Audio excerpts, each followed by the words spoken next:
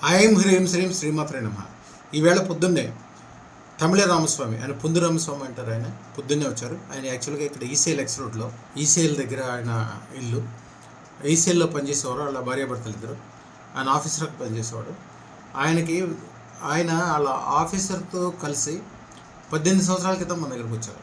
18 సంవత్సరాల క్రితం మన దగ్గరికి వచ్చినప్పుడు ఆయనతోటి అదృష్టత్రం గురించి చెప్తే ఆయన పెట్టుకోలేదు. కానీ ఆయనతో పాటు వీళ్ళు డిస్కస్ చేసుకుంటే వాళ్ళ దగ్గర పనిచేసే ఒక సూపర్వైజర్ లాంటి, అంటే యాక్చువల్గా క్లాస్ 4 అనుకుంటా, అంటే ఫైల్స్ అయి మోసే అతను అనుకుంటా, మాధవ స్వామి అంటారు. ఈ మాధవ స్వామి గారు మాట ఆయనతోటి విని ఆ రోజుల్లో ఆయన వీళ్ళిద్దరు లేకుండా ఆయన అప్పుడు వచ్చి అదృష్టత్రం పెట్టుకున్నాడు. ఆయన పెట్టుకున్నప్పుడు సరే అదృష్టత్రం వీళ్ళు పెట్టుకోలేదు కానీ ఆయన పెట్టుకున్నాడు.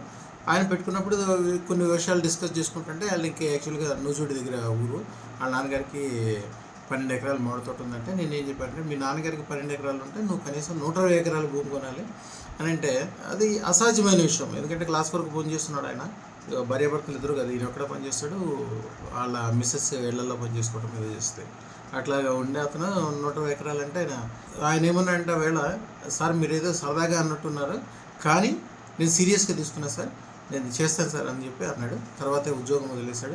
ఎవరైతే వీళ్ళిద్దరు ఆఫీసర్లు ఉన్నారో ఇప్పుడు ఆయన దగ్గర పనిచేస్తారు, ఆయన సైట్ ఇన్స్పెక్టర్ లాగా పనిచేస్తుంటారు. ఆయన వ్యాపార వ్యవహారం మొదలు పెట్టుకున్నాడు. ఎయిర్పోర్ట్కి దగ్గరలో ఆ రోజుల్లో కొద్దిగా తక్కువ రేట్లో ఉంది. కరెక్ట్గా 128 ఎకరాల ల్యాండ్ తీసుకున్నాడు. దాంట్లో మామిడి తోట వేసాడు. మట్టి పట్టుకుంటే బంగారం ఆయన చెప్తుంటాడు. ఆయన తాలూకా సుమారుగా 200 మందికి పెట్టించుంటాడు అదృష్టత్నాలు, ప్రతి ఒక్కరికి, అల్లుళ్ళకి, కూతుళ్ళకి, కొడుకులకి, వాళ్ళకి సంబంధించిన వాళ్ళకి. ఇప్పుడు ఆయన పైన పనిచేసే ఆఫీసర్లు ఇద్దరు ఆయన దగ్గర గుమస్తాలుగా పనిచేస్తున్నారు. ఈయన మాత్రం చాలా మంచి పొజిషన్లో ఉన్నాడు. ఇదే నేను చెప్తాను, అదృష్టత్రం నేను ప్రత్యేకంగా గమనిస్తాను, అందరికీ ఎవరికో చెప్తాను. అదృష్టత్రం పెట్టుకున్న వాళ్ళు మీకు తెలవకుండానే మీ కోరికలన్నీ తీయటము, పెద్ద పెద్ద వ్యాపార వ్యవహారాలు సక్సెస్ అవటము, గొప్ప వాళ్ళు అవటము అయిపోతుంది. ఎవరైతే మీరు అదృష్టత్వం గురించి తక్కువగా అంచనా వేస్తారో, తక్కువగా అంచనా వేయద్దు. కొన్ని విషయాలు మనకి తెలియని విషయాలు మనం యాక్సెప్ట్ చేయాలంతే. మనకి నీళ్లు తాగాలి, ఓకే, పెద్దోళ్ళు చెప్పారు తాగాలి అంతే. గాలి పీల్చాలి, అది అలవాటు చేసింది ప్రకృతి అంతే. ప్రకృతికి విరుద్ధంగా నేను నీళ్లు తాగను, గాలి పీల్చను, ఆహారం తినను అన్నీ సొంతంగా చేసుకోవడానికి కుదరదు. ఎందుకంటే ఆయన మామిడికాయలు పంపించిన ప్రతి సంవత్సరం ఒక ట్రక్ నిండా పంపిస్తాడు, సుమారుగా ఒక 5,000 కాయలు. నేను కూడా నా ఫ్రెండ్స్ అందరికీ కూడా దాంట్లో పంపిస్తాను, మా శిష్యులకు పంపిస్తాను, గుడికి పంపిస్తాను. కొన్ని ఆయన పంపించే కాయ కూడా ఒక్కోటి ఈ సైజు కాయ, అన్నీ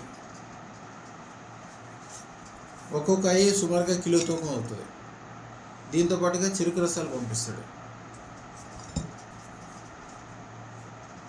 ట్రక్ నిండా కాయలు పంపిస్తాడు. అన్ని కాయలు కూడా స్పెషల్గా ఉంటుంది ఒక్కోటి అట్లా. అలాగే ఎవరైనా అదృష్టత్రం పెట్టుకుంటారో వాళ్ళకి మిగిలిన వాళ్ళకంటే ముందుకెళ్ళాలనే ఉద్దేశం ఉండటం వల్ల పెట్టుకుంటారు, ముందుకు వెళ్తారు. తెలిసి తెలవగా ఇప్పుడు ఇన్ని రోజులు అయినప్పటికీ రామస్వామి గారు రోజుకి 10 గంటల పూజలోనే ఉంటాడు. ఎప్పుడు గుళ్ళో ఉంటాడు. ఏ ప్రోగ్రామ్ జరిగినా కూడా పెద్ద పెద్ద కార్యక్రమాలు అన్నిటికీ ఆయనే నిర్వహిస్తాడు. వీళ్ళింట్లో పూజలు యజ్ఞాలు కూడా ఆయన దగ్గర నుండి చేపిస్తాడు. కానీ ఆయన పొజిషన్ ఇప్పుడు ఓకే, ఈసీఎల్ ఎక్స్ రోడ్లో ఈసీఎల్లో పనిచేస్తే నెలకు 1,00,000 రూపాయలు వస్తాము. ఇప్పుడు నెలకు 5 లక్షలు సంపాదిస్తున్నాడు. కానీ ఆ 1,00,000 కోట్లు సంపాదించిన ఈ మాధవ స్వామి అంటే మా దగ్గర అదృష్టత్వం 18 సంవత్సరాలు పెట్టుకున్న ఆయనతోటి పోల్చుకుంటే కూడా చాలా తక్కువ కదా. ఎప్పుడు కూడా అదృష్టత్వం పెట్టుకుంటే మీకే కాదు, మీ భార్యకి, మీ పిల్లలకి, మీ స్నేహితులకి, మీ వెనకాల ఉన్న వాళ్ళకి, మీరు అంటే ఇష్టపడే వాళ్ళు అందరూ కూడా బాగుపడతారు. కొన్ని విషయాల్లో ప్రకృతిని, గురువుల్ని నమ్మాలి అంతే. నేను ప్రతి దానికి విమర్శిస్తానంటే, ఇంజనీరింగ్ చదవడానికి వెళ్ళిన కుర్రోడు ఎప్పటికీ ఇంజనీరింగ్ పాస్ అవ్వలేడు, డాక్టర్ చదవడానికి వెళ్ళిన కుర్రోడు ఎప్పుడు గురువులు చెప్పింది ఒక్కటే, ఇంకా వేరే 2-3 మార్గాలు చేస్తే ఆయన ఎప్పటికీ డాక్టరే కాలేడు. ఒక గొప్పవాడిని అవుదాం అనుకుని నిర్ణయించుకున్నాడు, గురువు ఏది చెప్తాడు అది. ఎవరైతే సక్సెస్ఫుల్ గురువు ఉన్నారో, నాలాంటి వాళ్ళు ఎవరైతే సక్సెస్ఫుల్ గురువులు ఉన్నారో వాళ్ళ వెనకాల ఉండాలి. వాళ్ళు ఏది చెప్తే అదే ఫైనల్. ఎందుకంటే నీ అంతగా నువ్వు పరిశోధన చేసుకుని తలకాయ నొప్పి వెళ్ళేసుకోవాలంటే కూడా ₹10 పెట్టి కొనుక్కుంటే అయిపోయేదానికి, నేను డాక్టర్ చదివి నేను తెలుసుకుని నేను వేసుకుంటానంటే కుదరదు. ఏదైనా ఎప్పుడైనా కూడా సిస్టమ్ ఏదైతే ఉందో చెప్పిందో ఆ సిస్టానికి అనుకూలంగా ఉండి చేసుకోవాలి. అంతేగాని నేను నా సొంతగా చేస్తాను, నా సొంతగా చేయడానికి ప్రపంచంలో ఏది ప్రకృతి ఎప్పుడు అనుమతించదు. నేను చాలామందిని చూస్తాను ఇలాగే. ఇక్కడ ఏకే అపార్ట్మెంట్స్ అని చెప్పి వాళ్ళ ఎప్పుడు చిన్నప్పుడు వాళ్ళ నాన్న తాతల దగ్గర నుంచి ఉన్నది. వాళ్ళు ఎప్పుడు కూడా స్టార్టింగ్ హైదరాబాద్లో అపార్ట్మెంట్లో స్టార్టింగ్లో కట్టింది వాళ్ళే, తర్వాత జీరోకి వెళ్ళిపోయారు ఏమీ లేకుండా. అట్లాంటి వాళ్ళు నా దగ్గరికి వచ్చిన తర్వాత వాళ్ళ అబ్బాయి సుందరమూర్తి గారు అని చెప్పి ఆయన వచ్చి మన దగ్గర అదృష్టత్వం పెట్టుకున్న తర్వాత మళ్ళీ బ్రహ్మాండంగా అపార్ట్మెంట్లు కట్టడం మొదలుపెట్టి హైటెక్ సిటీలో 40 అంతస్తులు 50 అంతస్తుల బిల్డింగ్లు చాలా వరకు వాళ్ళకి సంబంధించినవి ఉంటాయి. బ్రహ్మాండంగా కట్టి బ్రహ్మాండంగా చేసుకుంటున్నారు. ఆయనతో పాటు ఉన్న కొలీగ్స్ దాదాపు వాళ్ళంతా గ్రూప్ అనమాట. ఆడవాళ్ళ కిట్టి పార్టీ లాగా వాళ్ళ గ్రూప్ ఉంటుంది. ప్రతి శనివారము ఆదివారము పార్టీలు పెట్టుకొని బిజినెస్ గురించి మాట్లాడుకుంటూ కొద్దిగా పార్టీ చేసుకుంటూ, తెలంగాణ పార్టీ అంటే తెలుసు కదా, అలాగే ఎంజాయ్ చేస్తూ నిర్ణయాలు తీసుకుంటుంటారు. ఈ పార్టీలో ఉన్న వాళ్ళు దాదాపు 30 మంది ఉంటారు. దాంట్లో 18 మంది నేను చెప్పినట్లు అదృష్టం పెట్టుకున్నారు. వీళ్ళందరూ కూడా టాప్ మోస్ట్లో ఉన్నారు. అది స్పష్టంగా గీతలాగా అనమాట. ఒక వైట్కిను బ్లాక్కి మధ్యలో గీటు గీస్తే ఎట్లా తెలిసిపోతుందో అట్లాగా ఈ 18 మంది టాప్ మోస్ట్ పొజిషన్లో ఉన్నారు. ఎవరు పిల్లలు చూస్తే అమెరికాలో ఉంటారు, పెద్ద పెద్ద వ్యాపారాలు చేస్తారు, సొంత ఇండస్ట్రీలు ఉంటాయి, ఈ ఏరియాలో ప్రముఖులై ఉంటారు. 18 మందిలో ఆస్తులు లెక్కేయాలంటే వీళ్ళకి ఆడిటర్లు కూడా లెక్కలేరు ఎంతమంది ఆస్తులు సంపాదించుకున్నారు. మిగిలిన 12 మంది స్పష్టంగా కనిపిస్తూ ఉంటుంది.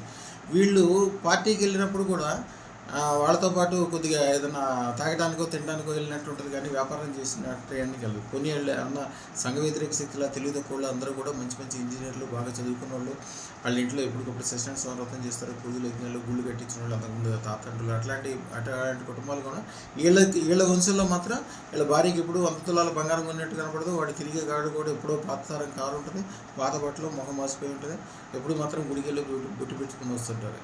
కానీ అదృష్టత్రం పెట్టుకున్న వాళ్ళ వర్గం మొత్తం డిఫరెంట్గా కనిపిస్తుంది. ఒకవేళ బంగారానికినో బుగ్గికి 2 పక్కన పెడితే ఎట్లా తేడా కనిపిస్తే అట్లా స్పష్టంగా తేడా కలిసిపోతుంటాయి. అదృష్టత్రం పెట్టుకుంటే కలిసి వస్తుంది. వేదాల్లోనే ఉంది, లక్షల సంవత్సరాల నుంచి ఉంది, అందరికి తెలిసింది, పెట్టింది.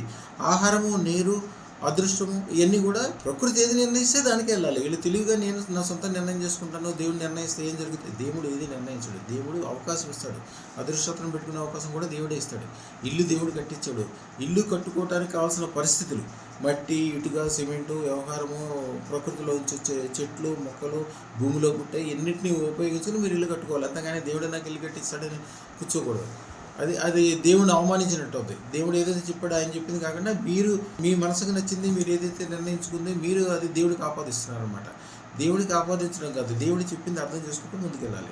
అదృష్టతను ధారణ చేయకుండా నేనేదో చేస్తాను, నేను సాధిస్తానంటే సాధించవచ్చు. కొంతమంది అలాగే ప్రకృతి సిద్ధంగా అది ఉంటుంది, కొంతమందికి అసలు దానికి వాళ్ళ ప్యాషనే వేరే ఉంటుంది. నిజంగా ఉన్న ప్యాషన్ వాళ్ళు నిర్ణయించుకుని వాళ్ళు ఆ అదృష్టత్వం పెట్టుకున్న తర్వాత మాత్రమే అద్భుతమైన విజయాలు సాధిస్తారనేది చాలా స్పష్టంగా కనిపిస్తుంది. అదృష్టత్వంలో ఐశ్వర్యం ఉంది, ధనం ఉంది, సుఖం, సంతోషం ఉంది, పెరుగుదల, గొప్పతనం ఉందని అందరికీ తెలుసు. అది స్పష్టంగా కనిపిస్తుంటుంది, మీరు కూడా గమనిస్తారు. కానీ అది పెట్టుకోవడానికి దరిద్ర దేవత అనుమతించదు, అందుకనే వాళ్ళు పెట్టుకోరు. రామస్వామి గారు చెప్తాడు, రామస్వామి గారు మా అమ్మాయి పెళ్లి మొత్తము సారే చేశారు, మాతాస్వామి గారే చేసేస్తారని. సరే పెళ్లికి ఎంత ఖర్చు అవుతుంది? మా అయితే ₹1 కోటి ఖర్చు అవుతుంది. అది పెద్ద ఈయన అంతకుముందు ఆయన క్లాస్ 4కి ఈయన ఆఫీసరు. ఇప్పుడు ఈయనే ఆయన నా కూతురు పెళ్లి చేశాడని చెప్తున్నాడు. మాధవస్వామి గారు పెళ్లి చేసినప్పుడు హైటెక్స్లో పెళ్లి చేశాడు. వాళ్ళ కూతురికి దాదాపు ₹300 కోట్ల ఖర్చు పెట్టాడు. ఖర్చు కావచ్చు, కట్నం కావచ్చు, పెళ్లికి సంబంధించిన బంగారు నగలు అన్నీ కావచ్చు. 300 కోట్లు ఖర్చు పెట్టాడు. ₹1000 కోట్లు కట్నం ఇస్తానని ఒప్పుకున్నాడు. కట్నం అంటే శ్రీధనం, అంటే అమ్మాయికి వచ్చేవాట ఇస్తా అని చెప్పి ఒప్పుకున్నాడు. అది అర్థం చేసుకున్నాడు. అదృష్టత్రం పెట్టుకున్న ఆయనేమో అట్లా ఉన్నాడు. ఆయనకంటే చాలా తెలివి, డబ్బు, టైము, అవకాశము అన్నీ ఉన్నాయేమో. ఈ రామస్వామి గారేమో మా కూతురు పెళ్ళి మా సార్ చేయించాడు. అంతకుముందేమో మాధవస్వామి 18 సంవత్సరాల క్రితం మాధవస్వామి రామస్వామి దగ్గర క్లాస్ 4 అంటే కాగితాలు ఇవ్వటం, ఛాయలు తెచ్చడం అట్లాగా సార్ అనేవాడు. ఆయన అనేవాడు, ఇప్పుడు ఈయన సార్ అని ఆయన అంటున్నాడు. అదృష్టత్రం పెట్టుకుంటే అంత స్పష్టమైన తేడా కనిపిస్తుందని మనం చెప్పడం కాదు, వేదాల్లో కూడా రాసింది కదా. శమంతకమణి కావచ్చు, కౌస్తుమణి కావచ్చు, దారామణి, ఇంద్రమణి, చందామణి, నాగమణి ఇవన్నీ కూడా అందరికీ తెలిసినవి. వీటన్నిటికంటే పవర్ఫుల్ అదృష్టత్వం. శుక్రశతరత్నం దానికి పెట్టే డబ్బులు చాలా తక్కువ పెట్టుకోవాలనుకున్నప్పుడు బేసిక్ స్టోన్ 1,16,000 పెట్టుకుంటే మీ వ్యవహారము, అనారోగ్యము, ముఖ్యంగా ఏడుపులు, ముఖ్యంగా కాలసర్ప దోషాలు, రకరకాల ఇబ్బందులు వచ్చే అవకాశాలు అప్పటికప్పుడే వచ్చి మనిషిని మొత్తం కుదేలు చేసేస్తాయి. మీరు ఏదో గమనించేలాగానే పూర్తిగా నాశనం పెట్టి ఉంటుంది అనమాట. ఇప్పుడు కూడా మంచిగా రక్షణ ఉండాలి. ఇన్సూరెన్స్ తీసుకుంటే వచ్చే రక్షణ కాదు మీకు కావాల్సిన రక్షణ. మీకు కావాల్సిన రక్షణ ఏంటి? అన్ని రకాల రక్షణ కావాలి. అది అదృష్టంతో వస్తుంది. తప్పక ధరించండి. శుభం.